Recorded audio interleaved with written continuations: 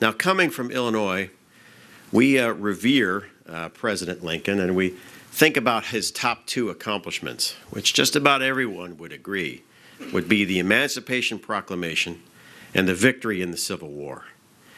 But for everybody in this room, our job, I hope, over the next couple of years, especially with a Republican Congress, is to recall arguably what is the third great achievement of the Lincoln administration. And what was that?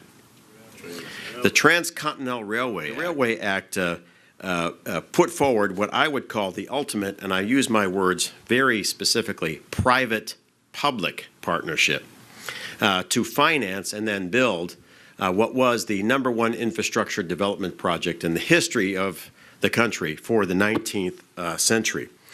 When we look at it back then, the Central Pacific and Union Pacific Railroads, two private corporations who were created by Congress but overwhelmingly private funded, laying about 2,000 miles of track at about the pace that a man could walk, and completing this all in just 5 years. A stunning achievement which hopefully can be repeated again. The good news is, if we follow Tom's memo that just released and we produce legislation along its lines, then we will be able to fund it.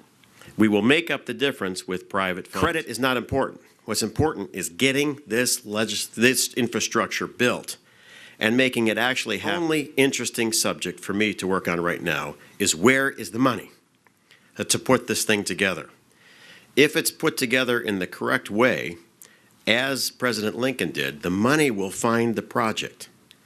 If we entirely depend on the federal government to fund this, we will fail. We will absolutely fail in the current environment. I will tell you, as a Republican elected in this election, who still maintains a lot of connections to my colleagues in the House, their view, and I think it is correct, the #1 threat to the country, its national security and its future, is the federal debt.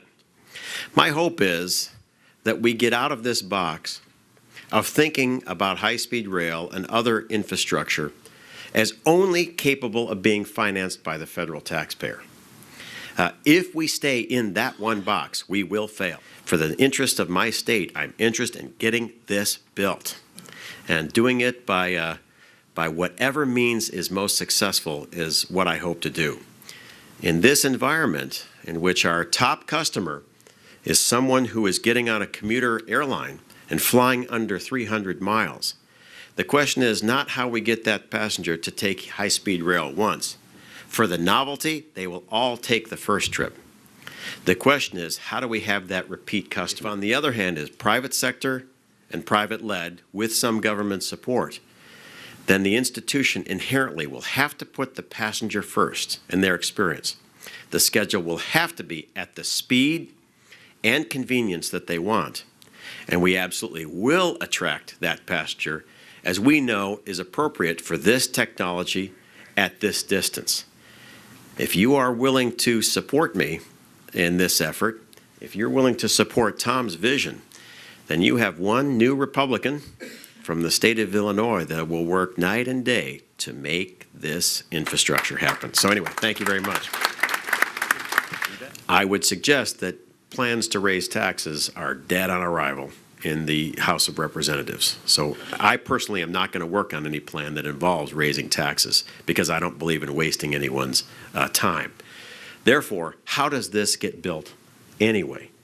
And because we do have a dead economy and we do have the need to provide infrastructure.